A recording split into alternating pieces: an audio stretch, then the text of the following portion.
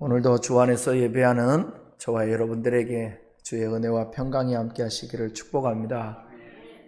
오늘은 시편 23편 시리즈 설교 네 번째 시간으로 내 영혼을 소생시키시고 라는 제목으로 하나님의 말씀을 증거하겠습니다. 오늘 본문 읽었던 말씀의 3절 말씀 한 절 먼저 보겠습니다. 3절 읽겠습니다. 내 영혼을 소생시키시고 자기 이름을 위하여 의의 길로 인도하시는도다. 아멘.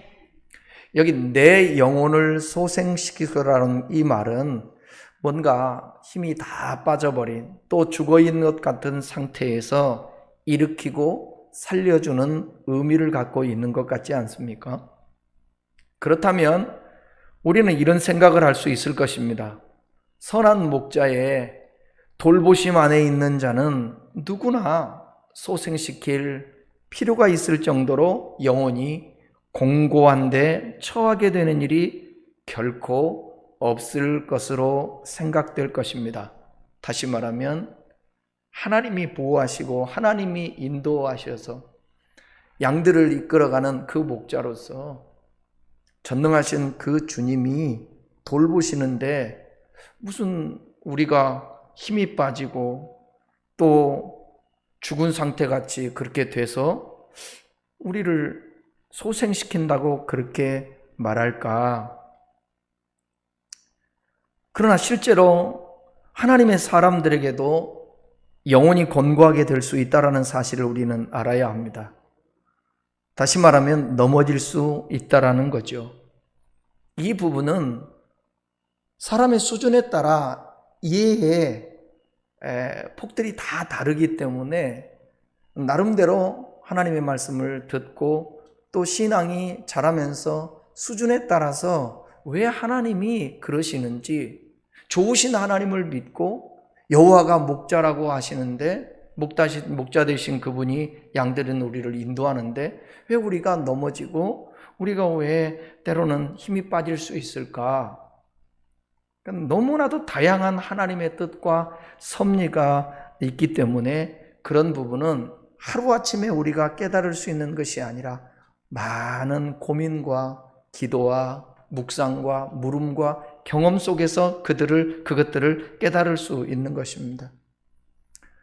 아담이 부족함이 없는 상태였잖아요. 아무런 부족함이 없는 상태에서 유혹을 받아 넘어진 것처럼 우리들도 얼마든지 목자의 눈에서 벗어나면 넘어질 수 있다는 것입니다. 그리고 하나님께서 함께 하셔도 그분의 섭리 속에 핍박을 당할 수도 있고요, 고난을 당할 수도 있습니다. 오늘 함께 읽은 본문 이 말씀을 지은 하나님의 사람 다윗도 실망과 낙심을 경험했습니다. 다윗은 인생에서 절망을 맛보고 시험에 처한 데서 오는 좌절감을 느껴본 사람이었습니다. 사람은 이 세상을 살아가면서 누구든지 실망하고 누구든지 낙심할 수 있다는 것입니다. 예외인 사람은 아무도 없습니다. 그 다윗은 소망이 끊어지고 어려움 당하면서 그러나 거기에 좌절하고 넘어진 상태에서 끝나지 아니하고 그 가운데 주님을 붙들고 주님을 찾았다라는 거예요. 시편 42편 11절에 있는 말씀을 한번 보겠습니다. 다윗의 고백입니다. 내 영혼아, 내가 어찌하여 낙심하며 어찌하여 내 속에서 불안해야 하는가? 너는 하나님께 소망을 두라. 나는 그가 나타나 도우심을 말미암아 내 하나님을 여전히 찬송하리로다. 기쁠 때도 있어서 행복할 때도 있어서 찬양이 저절로 나오지만 때로는 낙심도 되고요, 불안하기도 하고 그런 상황 속에서도 여전히 계속 찬양하겠다라는 겁니다. 왜냐하면 하나님이 도움이시기 때문에 그렇다라는 거예요.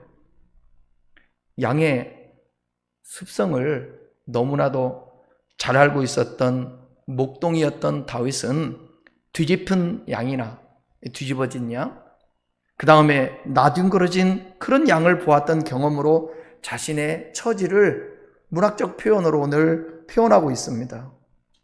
뒤집힌 양은요, 매우 애처롭습니다. 등이 땅에다 있고 네 발이 허공으로 들려진 그 양은 일어나기 위해서 미친 듯이 아마 발부둥 치지만 혼자서는 어쩔 수 없이 일어날 수가 없습니다. 도리가 없습니다. 때로 도움을 바라고 울기는 하지만 이 두려움과 좌절감에 빠져 심히 발부둥 치며 그 누운 곳에 있게 되어 있습니다. 만약에 목자가 빨리 와서 이 양을 발견하지 않으면, 현장에 도착하지 아니하면 양은 생명을 잃게 됩니다. 그러면 다윗은 목동으로서 어떨 때 양이 넘어져서 뒤집히는가, 그런 것을 많이 봤을 거 아니에요? 그런 경험 속에서 자기도 내 영혼이 지금 뒤집히고 지금 바둥바둥하고 있다라는 것을 그 양들을 보면서 아마 이게 깨달았을 거예요. 양은 오목하고 편안한 곳을 찾아다니는 습성을 가지고 있는데, 편안하고 푹신하고 둥그렇고 우묵하게 들어간 땅, 이렇게 아늑하게 그곳을 택해서 거기 가서 양들이 눕는다는 거예요. 그래서 움푹 파인 데에 내려가다가 다리가 짧으니까 거기에 뒤집히는 양들이 있다라는 것입니다. 굴러서 벌렁 뒤집히기 일쑤입니다. 우리 그리스도인의 생활에서도 고생스럽지 않고 인내할 필요가 없으며 자기 수련이 되지 않는 편안한 곳과 아늑한 구석, 때로는 안락한 위치만을 찾을 때에 그 사람은 위험에 빠지게 되어 있습니다. 때로 내가 방종하며 편안한 생활과 안일과 아늑한 구석을 버리지 않으려고 할 때 선한 목자께서 우리의 때로는 유익을 위해서, 우리의 영적 신앙의 건강을 위해서 때로는 편치 않는 험한 광야의 환경으로 옮겨 놓으실 수가 있습니다. 저도 2년에 한 번씩 받는 국민 건강검진센터에서 하라고 하는 건강검진을 받았는데, 의사가 그런 얘기 하더라고요. 근육 운동을 해야 된다고. 근육이 없다고. 여러분, 우리가 이 근육을 만들기 위해서 팔굽혀펴기를 하고 스쿼트를 하고 뭐 이럴 때에 이게 쉬운 게 아니잖아요. 되게 이게 힘든 거예요. 그래야 건강해지는 거예요. 하나님이 때로는 우리를 그렇게 인도할 때도 있습니다. 편치 않은 광야로 우리를 이끌어가서 우리의 맷집을 키우고 신앙의 근육을 키울 때도 있습니다. 다음으로는 양들에게는 몸에 난 털이 있잖아요. 이 털이 길어지면 진흙탕, 그 다음에 똥, 그 다음에 가시돋친 풀, 어떤 열매들, 그 밖에 불순물들이 들러붙어요. 그러면 털의 무게가 무거워질 거 아니겠습니까? 그럼 그 털에 의해서 때로는 넘어질 수 있다는 거예요. 이 지저분한 양털은 그리스도인의 애삶을 가리킵니다. 우리를 무겁게 끌어내려 주저앉게 만들기 시작하여 육신의 일들과 어떤 재물, 세상 생각으로 이 가득 차 있는 그런 우리의 삶에 또 오물덩어리, 그것이 달라붙어서 우리의 욕망이라는 오물덩어리요, 이런 것들이 우리를 영적 침체로 만듭니다. 그래서 왜 나는 이렇게 아무리 노력해도 소용이 없을까? 세상 사람들만큼 나도 하는데, 또 어떤 사람은 요행을 바라기도 하면서 나는 왜 이렇게 안 되지? 하나님을 믿어도? 그 세상적인 생각을 가지고 살아가니까 때로는 넘어질 수 있다는 것입니다. 그 다음에 양이 뒤집혀서 발부둥치는 세 번째 원인은 너무 살이 쪄가지고 뚱뚱해지면 그럴 수 있다는 것입니다. 지나치게 뚱뚱한 양은 활동량이 적기 때문에, 건강하지 못하기 때문에 쉽게 넘어져 뒤집힙니다. 그리스도인들의 우리의 삶에서도 사업이나 직업 혹은 가정일이 잘 되어가기 때문에 자신은 번영하고 있으며 이제 다 되었다고 생각할 수도 있습니다. 행복감과 자신감이 때로는 위험합니다. 자기 자신을 가장 믿을 때 가장 넘어지기 쉽다라는 거예요. 자신만만한 그런 자기의 마음의 생각들, 계시록 3장 한번 17절을 보겠습니다. 라오디아 교인들은 스스로 자기를 부유한 자라 하면서 교만했습니다. 그런데 주님의 평가가 이렇습니다. 읽습니다. 내가 말하기를 나는 부자라 부유하여 부족한 것이 없다 하나 내 곤고한 것과 가련한 것과 가난한 것과 눈먼 것과 벌거벗은 것을 알지 못하는도다. 실제로는 부족한 존재인데 살아가면서 조금 물질적으로 부자고 부유하다고 해서 자기는 하나님 보실 때에도 부자이고 아무 부족함이 없다라고 생각할 수 있는데 아니라는 거예요. 꼭 살아가면서 물질적 성공이 영적 건강에 척도가 될 수가 없다라는 것입니다. 표면적 부여가 진정한 경건의 기준이 될 수가 없다라는 것입니다. 그래서 부자이면서 신앙 좋은 사람도 있고요. 부자이면서 신앙이 안 좋은 사람도 있고요. 가난하면서 신앙이 좋은 사람도 있고요. 가난하면서 신앙도 안 좋은 사람도 있고요. 이렇게 다양한 사람들이 있습니다. 언제나 주님이 원하는 것은 우리의 심중의 중심이고 하나님을 향하는 믿음입니다. 여러분, 어떤 상황이 되어도 항상 자기 자신을 지킬 수 있는 그런, 저도 잘 그걸 못하지만 어떤 사람은 20년 동안 몸무게를 그대로 유지하는 사람이 있어요. 대부분 우리의 몸을 관리지 아니하면 저도 지금 그렇습니다만 배가 나오게 되면 성인병이 생기게 되고 그렇잖아요. 신앙도 마찬가지예요. 신앙도 내 삶의 배만 채우게 되면 우리는 이게 해이해져서 영적 교만하게 돼서 주님이 떠나가실 수 있다라는 것입니다. 성경은 이런 말씀을 했습니다. 다 같이 한번 따라하겠습니다. 선줄로 생각하면 넘어질까 조심해야 한다. 선줄로 생각하면 넘어질까 조심하라. 그렇게 말씀하고 있습니다. 고린도 교회 성도들이 영적으로 얼마나 교만했는지 모릅니다.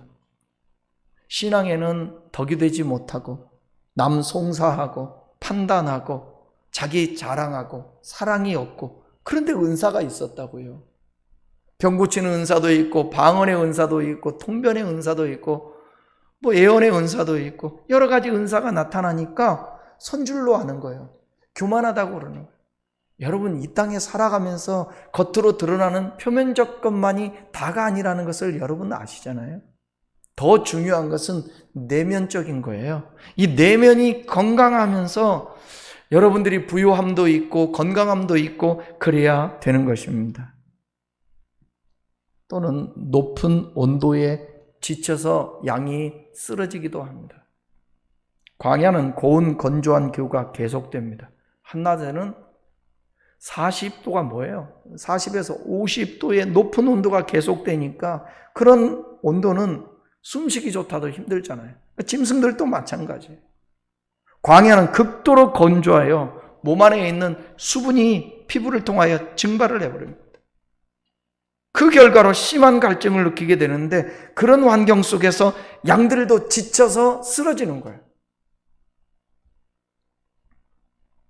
마찬가지로 광야 같은 세상을 살아가는 우리들은 숨조차 쉬지 못할 정도로 때로는 지치고 피곤한 삶을 살아갈 수밖에 없습니다. 이거는 아까도 모두에서 말씀드린 것처럼 우리가 신앙생활을 살아가면서 깨달아야 할 부분이겠지만 여러분, 애굽에서요 가나안 땅까지 가는 데는 지름길이 없어요. 이 세상에 예수 믿고 구원받고 이 믿음의 삶을 사는 이 광야 같은 나그네 삶에서 누구도 외에 없이 지름길로 가나안을 갈 수가 없어요. 광야라는 이 과정을 반드시 겪어야 된다는 것입니다. 여러분도 살아가면서 이 양들처럼 뒤집힐 때가 있어요. 우리도 뒤집혀서 영적으로 침체될 수 있다는 사실을 여러분 꼭 기억할 수 있기를 바랍니다. 그래서 겸손해야 돼요. 겸손해야 돼요. 내가 잘 나갈 때, 아무 일이 없다고 생각할 때 더 그때에 깨어 있어야 되고 겸손해야 되고. 여러분, 다리가 아픈 사람은 항상 앞을 주시하고 가기 때문에 웅덩이 같은데 그런데 빠지지 않고 접질리지 않아요. 그런데 좀 걷는 사람들, 그런 사람들이 막 한눈 팔고 가다가 이게 다리가 꺾이고 그러는 것입니다. 조금 우리 나름대로는 부족하다고 느껴지는 것도 때로는 좋아요. 왜냐하면 그 부족함 때문에 더 하나님을 의지하고 겸손하고 깨어 있을 수 있으니까.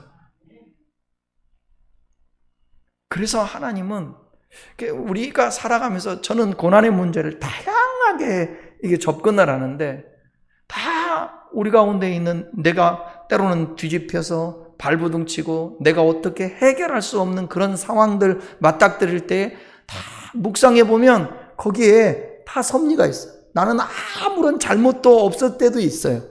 때로는 내가 잘못했을 때도 있고. 근데 거기에 깊이 생각해 보면 뭔가 하나님의 뜻이 있어요. 그리고 나중에 고백하게 만든다니까요.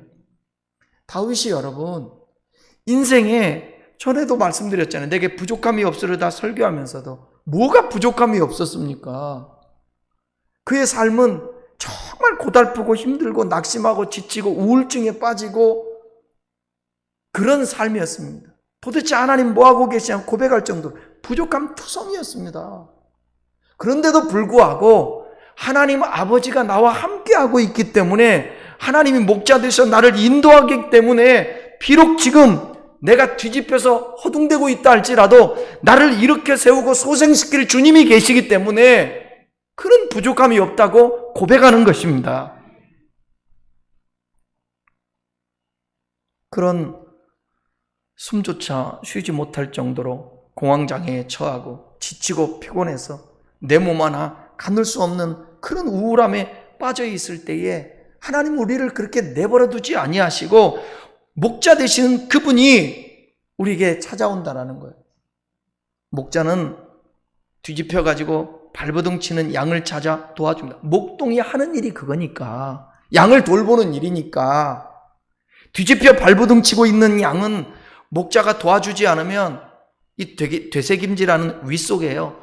가스가 차가지고 차올라 오니까 가스가 차면 몸 끝부분, 그러니까 사지 부분에 혈액순환이 안 되는 거예요. 그러다가 나중에 급기야 죽게 됩니다. 그래서 목자는 뒤집힌 양에게 가자마자 제일 먼저 하는 일이 뭐냐? 그 양을 바로 일으켜 세우는 것입니다. 조심스럽게 양을 옆으로 굴려 세우는 거예요. 그리고 위안에 차 있는 가스의 압력을 빼주는 거예요. 그리고 양을 이렇게 세운 후에 사지를 마사지 해가지고 혈액순환이 되도록 그렇게 주물러 줍니다. 그러면 양은 회복되어서 정상적으로 걸어 다닌다라는 거예요. 이게 목자가 하는 건 아닙니까? 때로는 우리가 실망하고 좌절하고 넘어지고 포기하고 싶고 그럴 때에 하나님이 또 순간 힘을 주시고 또 찾아오셔서 또 그 어둠 가운데 저희들이 꽉 아무것도 보이지 않고 그럴 때 한 줄기 빛을 비춰주기도 하고 숨 쉴 수 없을 때에 숨통을 또 열어주시기도 하시고 하나님이 그렇게 우리를 양을 사지를 마사지해 가지고 그 목자가 혈액순환 되게 만들듯이 우리를 주물러 주기도 하고 이렇게 세우시기도 하고 그러지 않습니까? 아까 시작할 때 찬양화처럼 세상 일에 실패했어도 너는 두려워하지 말라. 왜? 주님이 붙들어 주시고 주님이 일으켜 세워 주시니까. 또 때로는 넘어져 있는 이 양들에게 맹수인 독수리, 그다음에 이 새과 큰 말똥가리라고 있잖아요. 말똥가리, 들깨, 이리 등 그런 짐승들이 달려들어 가지고 먹이로 삼기도 하려고 합니다.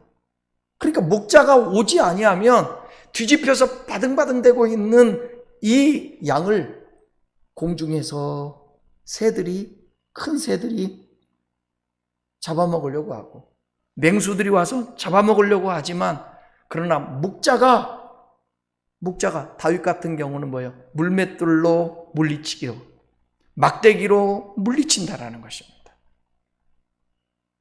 그래서 사망의 음침한 골짜기를 다닐지라도 해받음을 두려워하지 않을 것은 주의 지팡이와 막대기가 오늘 안위하신다고 그러잖아요. 오늘 본문에서는 이런 양들인 우리를 목자 되시는 여호와께서 소생시켜 주신다라는 것입니다. 여러분도 언젠가는 뒤집힐 때 있습니다. 아니, 이미 지금 뒤집혀 본 경험을 해본 사람도 있을 것입니다. 아니, 이미 지금 뒤집혀 있는 사람들도 있을 것입니다. 그러나 뒤집혔을 때 여러분 이렇게 세워서 여기까지 와서 지금도 말씀을 듣고 있지 않습니까? 오늘 뒤집혀 있어도 이 말씀을 들으면서 주님이 소생시켜 주시는 목자 되신 것을 믿으시기를 축원합니다. 하나님은 사람의 영혼을 새롭게 하시는 분입니다. 영혼으로 번역된 히브리어 네페시, 이것은 기본적인 의미가 뭐냐? 숨이나 호흡으로 숨쉬고 있는 살아있는 존재를 말하는 것입니다. 그러나 이와 같은 기본적인 의미 외에도 생명, 자아, 욕망, 살아있는 생명이 취하게 되는 모든 현상을 포함하기도 합니다. 그래서 이 네페시는 목숨으로도 번역할 수 있습니다. 살아있는. 또한 이 단어에서 파생된 동사가 있는데 나파쉬라는 건데, 이것은 숨을 쉬다. 숨 쉬지 않으면 죽잖아요. 그러니까 살아있다라는 거죠. 또 새롭게 하다, 그런 뜻을 갖고 있습니다. 우리가 숨이 막힌다 할 때에 주님께서 숨을 쉴 수 있도록 해주시고 우리를 새롭게 해 주시는 것입니다. 우리의 영혼은 하나님의 숨, 곧 성령을 통하여서 새로워질 수 있다는 거예요. 성경은 우리들의 속사람이 날마다 새로워지기를 강조하고 있는데, 고린도후서 4장 16절 말씀을 한번 보겠습니다. 그러므로 우리가 낙심하지 아니하노니 우리의 겉사람은 낡아지나 우리의 속사람은 날로 새로워지는도다. 여기 우리의 속사람이 날로 새로워진다. 우리의 영혼이 새로워진다라는 거예요. 여러분, 영혼이 병들면 마지막에는 우리의 육체도 우리의 환경도 깨어지게 돼 있어요. 그러니까 요한일서 3장 2절에 요한일서 3절에 그런 말씀하고 3장 2절에 이 말씀하고 있지 않습니까? 요한 3서 내 영혼이 잘됨같이 내가 범사에 잘되고 강건하기를 간구하노라. 영혼이 먼저인 것이라는 거예요. 이 소생시키다라는 이 단어 있잖아요. 우리의 영혼을 소생시키다, 오늘 설교자입니다. 이 소생시키다에 해당하는 히브리어는 뭐냐? 돌아오다라는 의미의 동사 슈브의 사역형이에요. 사역형. 이것은 사람의 영혼을 새롭게 회복시키는 분은 곧 하나님 자신인 것을 강조하기 위해서 이 사역형을 쓰고 있는 거예요. 슈브라는 단어를. 우리 스스로가 일어날 수가 없어요. 누군가가 이렇게 세워줘야 돼요. 소생시켜줘야 돼요. 원위치 시켜줘야 돼요. 그게 누구냐? 목자 되시는 여호와 하나님이라. 영혼이 소생되는 것은 단순히 우리가 무슨 편안한 어떤 쉼, 휴가를 즐기고 오락을 하고 그런 게 아니에요. 사람이 우리가 육신이기 때문에 하나님이 안식일도 우리에게 주시고 그랬었으니까 쉼이 반드시 필요합니다. 그러나 여기서 말하고 있는 이 소생시키다라는 이 말은 뭐냐? 우리를 회복시키고 새롭게 해주시고 이것은 우리의 영혼을 소생시키는데 일시적인 상쾌함이 아니라 창조자 되시는 하나님의 은혜 안에서 인간 본연의 위치로 돌아감으로 얻을 수 있는 새로운 창조의 신선함. 다시 말하면 내가 왜 살아야지? 그런 고민을 하지 않아요. 의미 없게 살지 않아요. 내가 살아야 될 이유와 목적을 알고 눈을 뜨면 뭐를 할 것인지 분명한 자기의 소명이 있고 그 소명을 이루기 위해 사명을 목숨을 다해서 다 감당을 하고 그러니까 예수 믿는 사람은 우리 잠언서 말씀 묵상하면 나오잖아요. 좀 더 자자, 눕자, 게으르게, 그게 아니고 개미에게 배우라고 그러잖아요. 부지런하게. 개미는 목적이 있어요.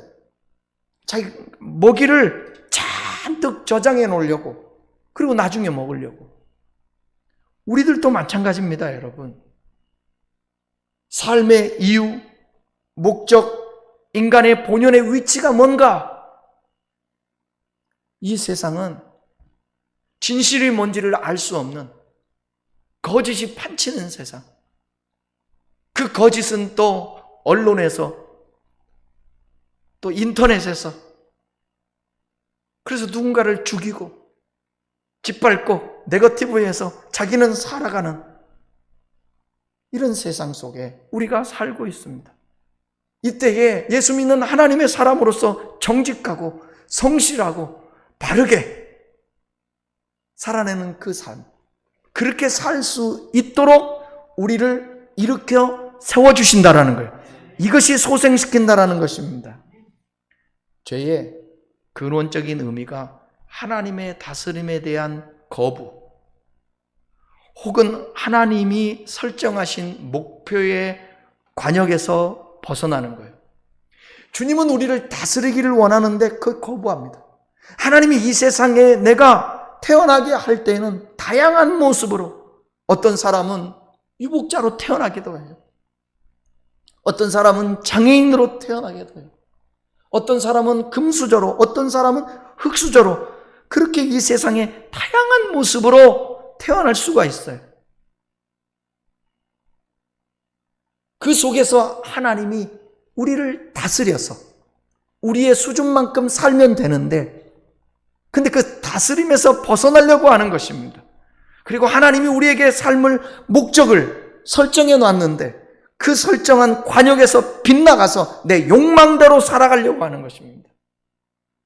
그걸 죄라고 그러는데, 영혼의 소생함은 하나님에 의해서 창조된 원래의 인간 본연의 위치로 돌아가는 거예요. 여호와 하나님을 경외하고 그의 계명을 따라 살아가고 하나님을 사랑하고 내 이웃을 사랑하고, 이 본연의 모습으로 가게 하는 거예요. 이게 소생되는 거예요. 우리는 그냥 병들었다 나았다 이게 소생되는 것이 아니라고. 굳이 왜 영혼이라는 말을 썼을까? 영혼을 소생시킨다고. 여기에 좀 우리가 좀 집중할 필요가 있습니다. 하나님의 다스림에서 거부하고 내 마음대로 살다가 웅덩이에 빠지기도 하고, 그래서 뒤집히기도 하고, 내가 설정해 놓은 그 목표를 이루기 위해서 달려가다가 넘어지기도 하고 속기도 하고 그러는 거예요. 근데 이 영혼이 올바로 소생되어 있으면, 그러면 잠시 잠깐 넘어져도 내가 몰라서 그렇기 때문에 또 성령님을 의지함으로 바로 회복될 수 있다는 것입니다. 우리는 다양한 경로를 통해서 영적으로 침체될 수 있어요. 죄를 지음으로 말미암아 영적 침체, 그래서 넘어져 버려요. 죄책감 때문에 못 일어나는 거예요. 그러니까 여러분, 목사가 타락하면 무섭고요, 장로가 타락하면 무섭고요, 목사 자녀들이 타락하면 무서운 거예요. 죄책감에 나중에는 이게 못 와요. 영적으로 완전히 넘어져 있기 때문에 이 회복되려면 너무 힘든 겁니다. 그래서 이런 말씀을 들으면서 여러분들이 영적 침체가 되고 넘어지지 않기 위해서 죄와 싸워서 이겨야 되는 거예요. 때로는 실패를 경험했을 때에 우리가 영적 침체를 경험할 수 있어요. 어떤 일이 소원대로 이루어지지 않고 의도한 대로 풀려지지 않을 때 사람은 의기소침해져요. 자신이 무능력하다고 느껴서 낙담하다가 절망합니다. 심하면 우울증으로 나타나기도 하고 무기력증으로 나타나기도 합니다. 그래서 예수 믿는데 원불교 교인이 있다는 거예요. 원불교 교인이 뭐냐? 예수 믿는 사람을 기독교인이고 크리스찬이라고 그랬는데 왜 원불교인이냐? 원망하고 불평한 교인을 원불교인이라고. 영적으로 이렇게 실패하게 되면 이런 어떤 영적 침체를 겪게 돼요. 그러니까 여러분들이 자꾸 불평이 나오고 불만이 나오잖아요. 나는 왜? 그것을 주님께 갖고 나가서 해결하려고 하면 여러분이 회복되지만 계속해서 불평하고 원망하고 그 다음에 하나님 앞에 막 회의하고 그러면 영적으로 더 침륜에 빠지게 되는 것입니다.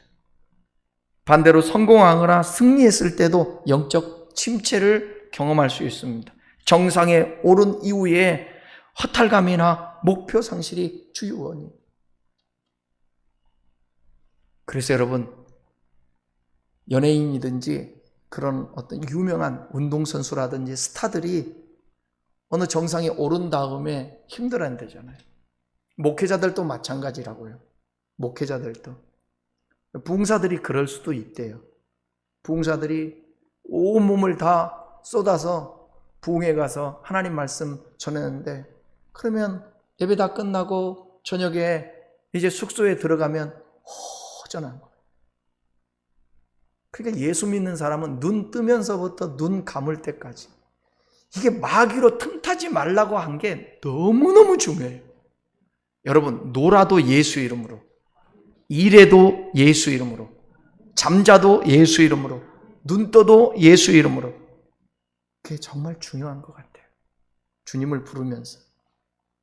신앙의 위인들 또한 영적 침체를 경험하기도 했습니다. 여러분이 영적 침체를 경험할 수도 있어요. 그러나 우리를 소생케 하시는 그 주님을 찾아야 합니다. 주님이 찾아오실 때에 그것을 분별할 줄 알고 거부하지 않아야 합니다. 종교개혁자 마틴 루터는 기독교 역사상 위대한 인물이잖아요. 16세기에 종교개혁을 했으니까. 근데 그는 평생 동안 우울증을 안고 살았다는 이 불행한 사람이었어요. 육신적으로 보게 되면. 루터의 우울증은 매우 심해서 언젠가는 자기 자신이 태어나지 않았으면 하는 고백을 공개적으로 했습니다. 많은 사람들 앞에서. 친구인 멜랑이톤에게 썼던 편지에는 이런 대목이 있어요. 우울증과 육체적 고통으로 일주일이 넘게 죽음과 지옥을 넘나들었다. 절망감의 돌풍과 파도 속에서 예수님에 대한 믿음을 거의 잃을 뻔하였다. 이렇게 고백하는 거예요. 그러나 그 약함을 주님께 가지고 나가고 주님을 의지하고 그러므로 말미암아 종교개혁을 하는 위대한 하나님의 종이 되었죠. 그래서 이 마틴 루터 같은 사람에게 있어도 사도 바울이 가시를 갖고 있었듯이 이 우울증이라는 가시를 갖고 있었어요. 이 약함이 오히려 강함이 되는 거예요. 주님을 찾으면 주님이 소생시켜 주시니까. 설교의 왕자라고 불렸던 우리 신학교 때 목회자에 대한 책 3권을 추천해 주면 이거는 목사가 돼 우리 신학교 다닐 때는 이거는 누구든지 다 읽었어야 됐었어요. 스펄전 목사는 주기적으로 이분도 우울증에 시달렸습니다. 그래서 그의 연중 2달 정도는 이 영국 사람인데 영국은 날씨가 비가 많이 오고 축축하고 어둡잖아요. 그러니까 프랑스 남쪽에 니비에라는 곳에 그쪽으로 가서 따뜻한 해안 도시 가서 요양을 하고 했다라는 거예요. 스펄전이 그의 성도에 보낸 편지에서 이렇게 썼습니다. 나는 완전히 부서진 질그릇처럼 느껴집니다. 많은 밤을 잠자지 못하고 낮에도 눈물을 흘리며 지내고 있습니다. 우울증과 공황장애의 특징이 뭐냐? 잠을 못 자는 거거든. 우울증은 눈물을 흘리는 거예요. 슬픈 거예요. 내가 왜 살아야 되는지. 근데 스펄전 목사님도 그 경험을 했다라는 거예요. 신앙의 위인들은 이런 고통 가운데서 자기의 영혼을 회복시키는 그 하나님을, 내 영혼을 소생시켜 주시는, 힘 주시는 그 주님을 경험한 것입니다. 그들이 위대한 설교자가 될 수 있었던 것은 이처럼 하나님에 대한 어떤 민감한 감수성이 있지 아니하면 그 상황들을 극복해낼 수 없었거든요. 이 연약함을 경험했기 때문에 연약해 있는 성도들을 이해할 수 있었고 그들을 도울 수 있었고 그들에게 있어서 주님을 소개시킬 수가 있었다라는 것입니다. 눈물 먹은 빵을 먹어봤기 때문에, 눈물 젖은 빵을 먹어봤기 때문에 지금 배고파하고 있는 그 사람들을 이해할 수 있었던 거죠.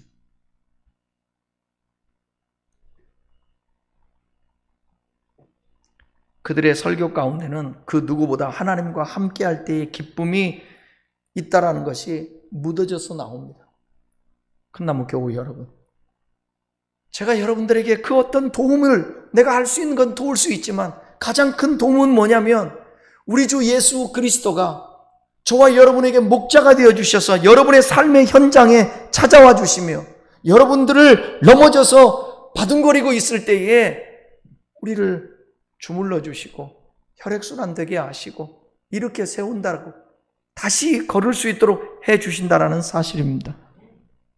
사랑하는 우리 큰나무 교우 여러분, 여러분이 신앙을 가졌어도 다윗처럼 위대한 신앙의 위인처럼 때로는 낙심하고 좌절하며 어찌할 바 모르면서 양처럼 뒤집혀 발버둥 칠 수 있습니다. 그러나 두려워하지 말 것은 목자 되신 그분께서 우리가 발버둥 되는 것을 알고 보고 그냥 계시는 것이 아니라 찾아와서 우리를 일으켜 세워주시고 건져주신다라는 사실입니다.